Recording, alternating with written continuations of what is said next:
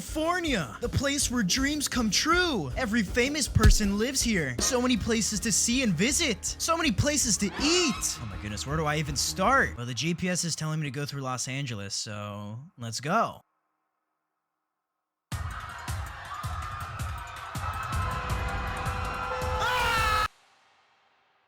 California has got to be one of the biggest Trojan horses in American history. Just a massive tourist trap. Everyone's lured in with the promise of a better future, higher paying jobs, and possibly a better quality of life. But in turn, it's actually just a lie because you go over there, housing's unaffordable, the jobs don't pay enough, and no one knows how to fucking drive. And with California being the #1 most populated state in the entire United States, it's not entirely very difficult to see why that is.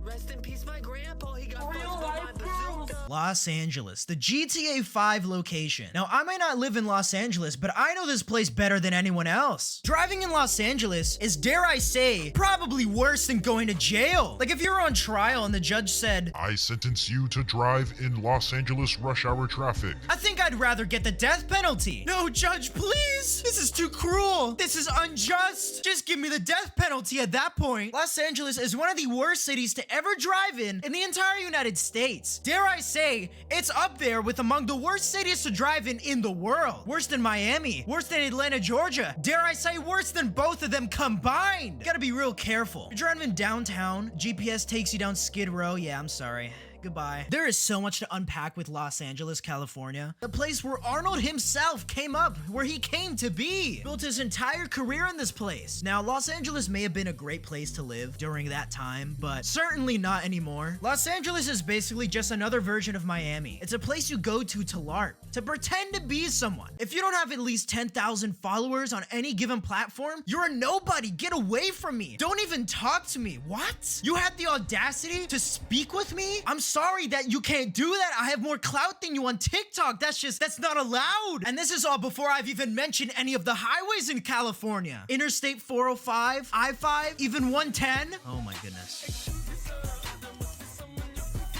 I think I'll start with the one that pretty much everyone is familiar with. Interstate 405. Now, I've had to deal with I-4, I-95 pretty much for my entire life. You know, those highways are pretty terrible respectively, but I think we need to make a separate list for specifically just the interstates in California. Because whenever any of them cross through downtown, it's the only reason why any of the interstates are on the list for deadliest roadways in the entire United States is because of California alone. Even this famous photo right here taken on the holidays on Interstate 405.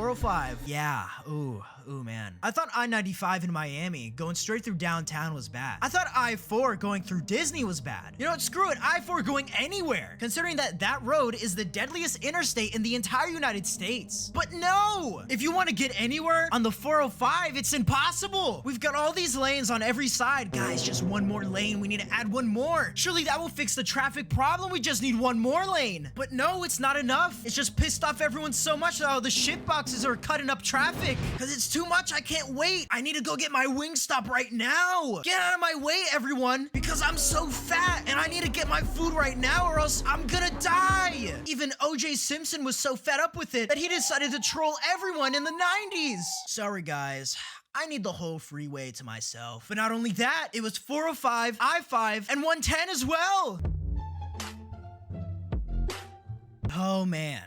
I-5. I-5 is a commuter's nightmare, arguably just as bad as 405, but it all just combines. Because if you want to get anywhere in Los Angeles, you're gonna need to take I-5, and I-5 runs through the entire state. In fact, it was even ranked as the 3rd deadliest interstate this year, and it's not too difficult to see why. Because I-5 runs all the way from San Diego through Los Angeles, even running alongside San Francisco as well through Sacramento, before going up into the wilderness and disappearing into Oregon. Now, a lot of these roads are just simply not built to withstand the population of California. And this honestly just goes for California as a whole. I made a boo-boo. Now, Interstate 110 in Los Angeles. No. Some of these exits that you'll see are just simply not built for the times. Exits and interchanges that were built in the 1940s are just not equipped to handle the traffic load of today. Like, look at this one. This one is right off a highway, goes into a neighborhood. You're going at least 55, 60 miles an hour. You have to come to a stop with less than 100 feet of room. And if that wasn't bad enough, then you have to accelerate from 0 onto this freeway. And there's many other interchanges like this. So with outdated infrastructure like this, and only band-aid solutions to fix problems temporarily, essentially just kicking the can down the road until it gets worse, it's not hard to see why driving in this state absolutely sucks. And even San Diego as well. We might as well just give San Diego to Mexico at that point. That's if it's still left after being caught on fire. I don't know, it seems like every other year California just has some suspiciously coordinated wildfires. Very conveniently. I mean, if you ask me, I think it's all done on purpose, for the sole purpose of expanding and building more stuff. But that's a conspiracy for another day. I don't feel like diving too deep into that right now, because I don't want the FBI showing up at my door simply for my opinion. But speaking of high temperatures, it doesn't help that pretty much half the state is just the fucking desert. It's like you go anywhere outside of the major cities and this song just starts playing. It's like, that's how you know you're in deep now. And you better hope and pray that your car does not have any mechanical issues on drives like these. Because a simple mechanical failure on a stretch of road like these, especially in Death Valley, if you're not prepared enough, a situation like this can easily turn into a deadly survival situation. Yeah, might end up like the Death Valley Germans. Now, if you guys don't know who the Death Valley Germans are, I'm not gonna go too deep into it because it's honestly a really sad story. But essentially, some tourists from Germany came over to California back in the late 90s. Their intentions were to come to California on vacation and visit and see many different tourist destinations, a few of those being in Death Valley, where they were never seen or heard from again, just completely vanished. Along with that, their bodies weren't found until 13 years later. It's an entire rabbit hole and it's a very sad story, but we're gonna move on from this now. But speaking of the desert and high temperatures,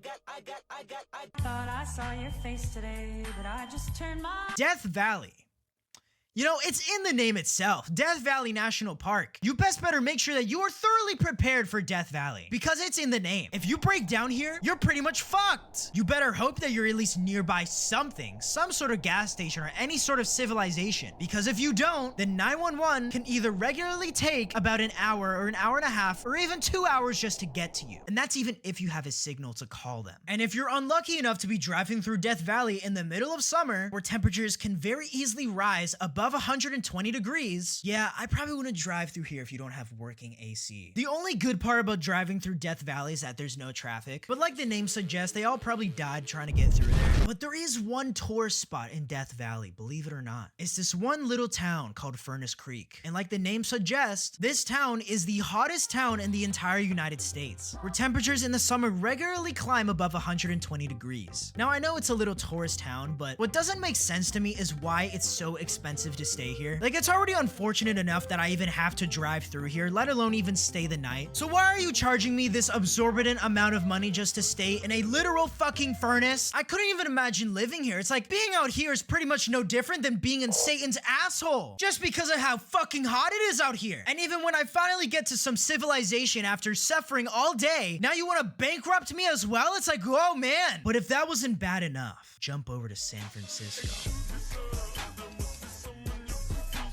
But let's say, okay, you're not really driving too much in San Francisco, but you want to at least stop by to grab a bite to eat. Yeah, I'm sorry, there's no parking for you. It doesn't exist here. Sorry, it doesn't exist. There's no such thing as parking in San Francisco unless you want to pay us even more money to do that. Okay, that's a white line. White line means pretty much no fucking parking. It's just more no parking. You think there's a space there, but it's actually meant for a garage.